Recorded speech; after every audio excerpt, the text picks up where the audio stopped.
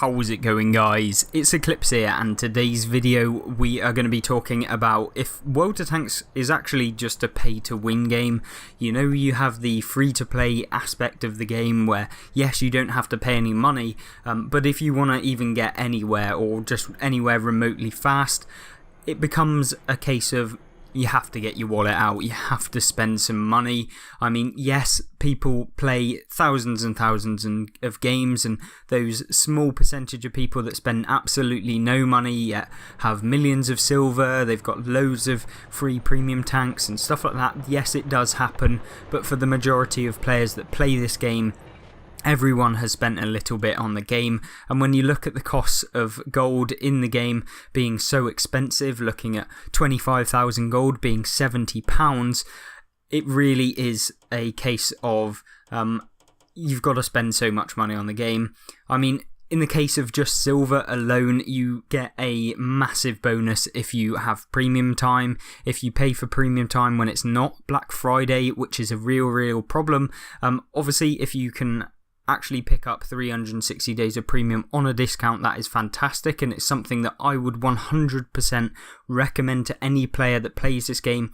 Is on Black Friday or Cyber Monday or around Christmas, what happens is the 360 days of premium get released for a 50% discount. Usually you can pick it up for around 12,000 gold, or sometimes a little more than that, or a little less actually, depending on how actual decent wargaming are being at the time.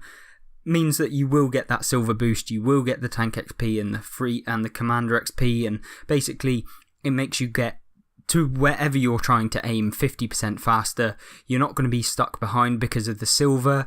Most of the games you would have lost silver, you actually make silver because the 50% is on the base cost. And yes, if you spend 30,000 on consumables, you might lose 20,000, but because it's like the total, it might be that you made 70,000 base, and so 50% extra will make you 35,000, and you'll actually make 15,000 on a game where you would have lost like 20,000. So yeah, it's real important that you guys understand that, and that's kind of where the economy on World of Tanks in terms of gold is, and why Wargaming have been pushing this whole thing where lots of the packages, I mean, for those of you who might be watching from PC, if you haven't seen already, they've got a Modern Tanks game mode on console, which is basically costing you an arm and a leg if you want to actually play.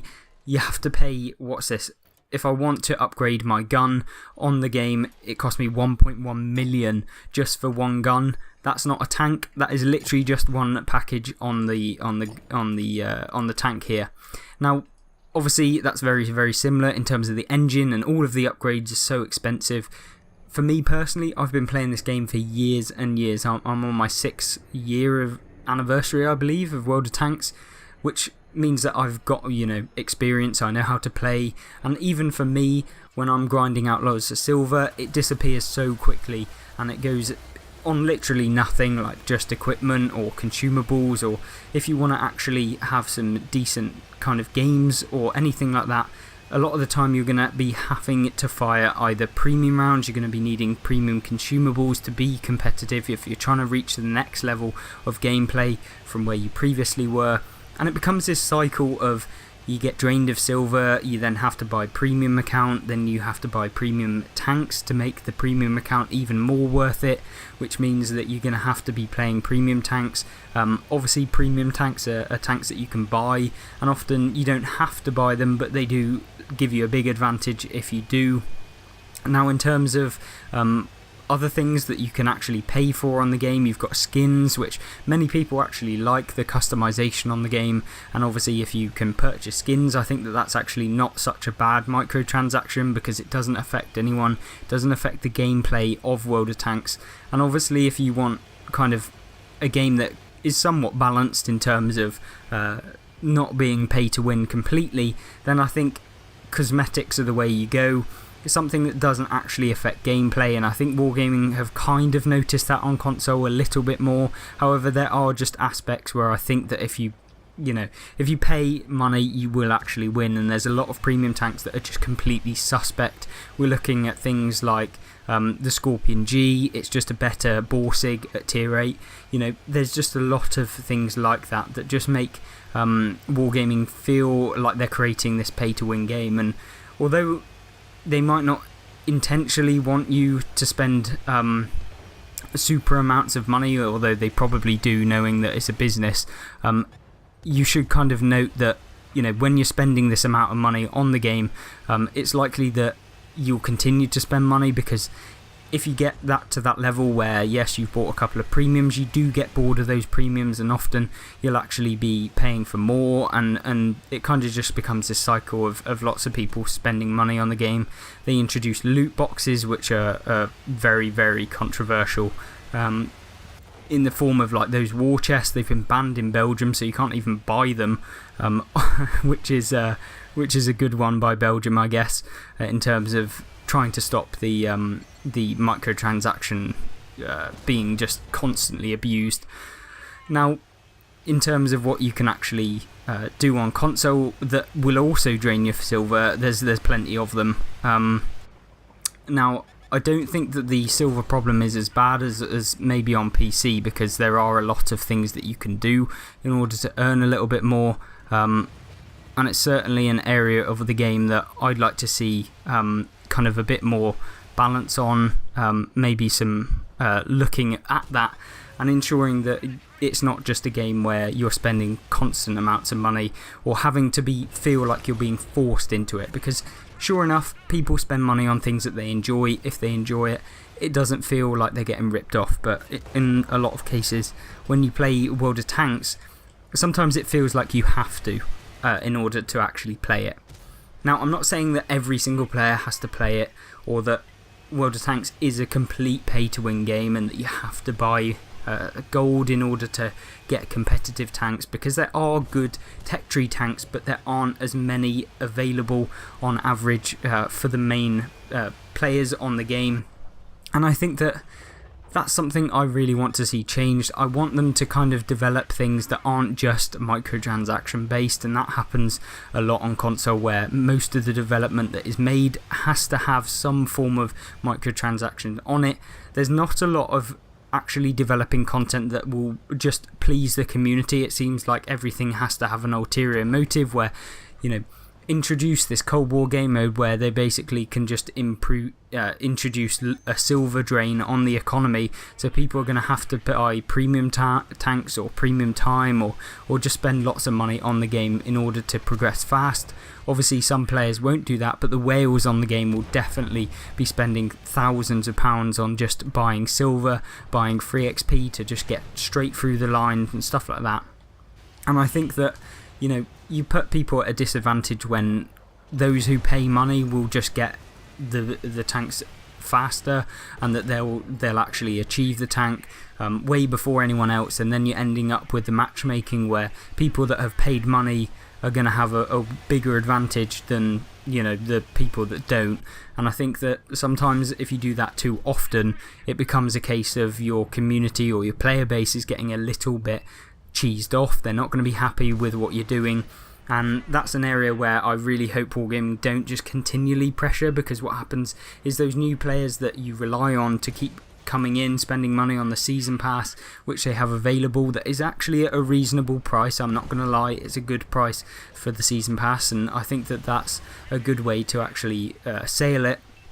2,000 gold costs you about £7 in terms of British currency if you buy the 3,000 gold pack, which is the best one to do, but that costs you £10, so technically you are spending more than that.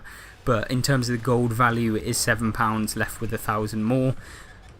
Now, obviously you don't have to buy the season pass, but you do make your money back, and so it might be worth it for you. In terms of me, for someone who creates content, I do have the ability to get some of the tanks from Wargaming directly, hence why I can make some videos on stuff that is just brand new. If it wasn't for that, I would have to pay lots and lots of money, hundreds and hundreds of pounds worth of gold and stuff like that, which is just not feasible for me. And I just don't think that for the majority of players that's the way that they'd like to see the game go. Sure enough, if you introduce cosmetics that people enjoy, then they're going to spend money on the game. if you look at some of the skins, they've gone down really well on both PC and console. If you want to purchase specific skins, I think having more customization is always a good thing. I just think that would be something that I'd like to see more of, more customizations that are microtransactions rather than just introducing broken premiums. If you want to introduce more premiums, try and make them, what they used to be, at least to some degree. I don't think that just introducing things that are just better and better and better, it leaves players that have spent money on the previous things that just become irrelevant. Wargaming strategy, instead of kind of nerfing the overpowered premiums that come out, because obviously that's going to cause controversy with people that have paid for something and then it's got changed and then it's not as good as what they originally thought it was going to be when they purchased it, and then it's got nerfed. What they could do is just have some sort of system where they just have like a baseline where tanks aren't going to get any better or faster. And I think that, when you look at tanks just in my garage, if I go to something like the CDC, it really has been so far behind now that it just isn't a tank that I would ever recommend anyone to purchase. The Super Pershing, even with some of the equipment that you can put on it, is, regardless, it's just absolutely terrible now. The armor profile doesn't work, and it would be good for Wargaming to go back through and actually buff some of the old tanks and re-release them, because obviously that doesn't take as much time for Wargaming themselves to actually do, rather than making new tanks. And I think that's an area that I'd like to see. Similarly, you'd be looking at areas where you might have to pay for contracts. I think that the contract system that we had previously, the mercenary ones, was a good way for Wargaming to actually implement microtransactions, because if people want to pay there to get there faster, it's not necessarily breaking anything. It would be like a premium tank. All of the contracts were free, so you could actually pick them up yourself if you just played enough, or you put time and investment into the game, at which point you'll probably be wanting to get some premium time if you're going to spend lots and lots of time grinding through all of the various mercenary contracts. Then I think that's an area of the game that, I don't mind seeing microtransactions in. But the current flood of just bundles on bundles and bundles, and just introducing stuff that is just microtransaction heavy, like I'm almost certain that what will happen is the 3D commanders that they've introduced on console will actually just end up being another way that they can actually just have microtransactions where you can change the skin of them and add stuff. And I don't think that that's really an area that people really wanted to see, and I'm not sure if it will make that much money, considering probably how long that they spent developing it. Although, looking at some of the character models, I'm not entirely sure that they spent too long developing it, if you get what I mean. In terms of other things, I think we have the disparity on some of the kind of bundles that they release. Often people are kind of oblivious as to the value of the gold that they spend on the game. Like, often, a lot of the time with these bundles, Wargaming do some dodgy things. I mean, Wargaming doing dodgy things isn't something completely new, but what you might not know is that actually a lot of the bundles will come with specific things. Like, they'll give you ammunition in there as well, which actually counts towards the gold cost of the bundle.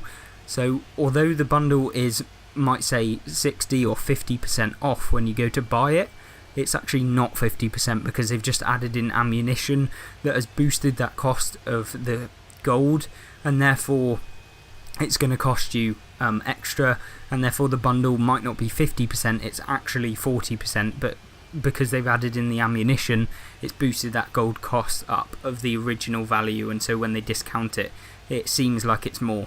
So I really want to kind of clear things up at the end of this video to kind of bring it all into one, as to what I'd like to see for the future of the pay-to-win aspect of World of Tanks. I'd love them to actually bring in kind of areas where you can get a lot more silver that isn't just being drained off your account. So I think that where Wargaming Console in particular are going is they're trying to drain a lot of the silver off your account, to the point where people are now having to actually buy silver if they want to get the next tank. That's something that I really find very, very dodgy, and it just wasn't an area that really needed it. I mean, from a business standpoint, it probably works because people spend money on the game. The average Joe is going to go, right, well, I can spend 5 hours trying to grind out silver, or I can pay, £10 to get that. What am I going to do? Do I value my time more? Then, yeah, I guess for those sort of people, it is kind of worth it. But for the other, 60% of the player base, what it might do is actually work in the opposite direction, where people go, I don't actually want to spend 5 hours doing that, and I'm just going to go and play a different game that doesn't feel so pay to win.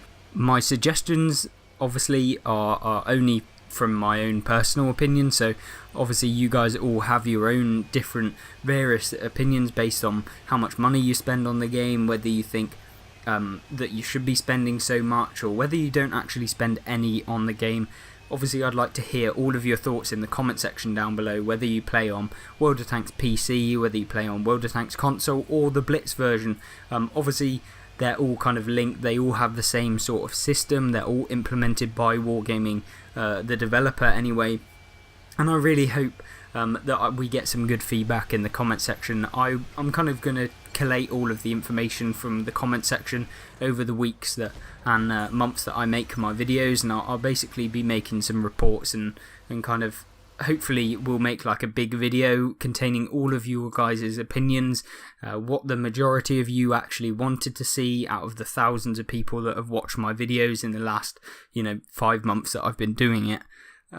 Obviously, I'd like to hear all of your thoughts, and that would be fantastic. Other than that, I hope you guys have a great rest of your day. If you want to check out more content on the channel, that will be on screen right now, and in the description of this video there'll be playlists that you can look through. There'll be guide videos, there's plenty of Modern Tanks gameplay, there's some Modern Tanks guides, there's also loads of different premium reviews. We've got just endless amounts of videos basically that you can have a look through if you want to, and you've got some spare time to do that. But if you don't, I hope you guys have a good rest of your day, and I hope to see you in the next video. Goodbye.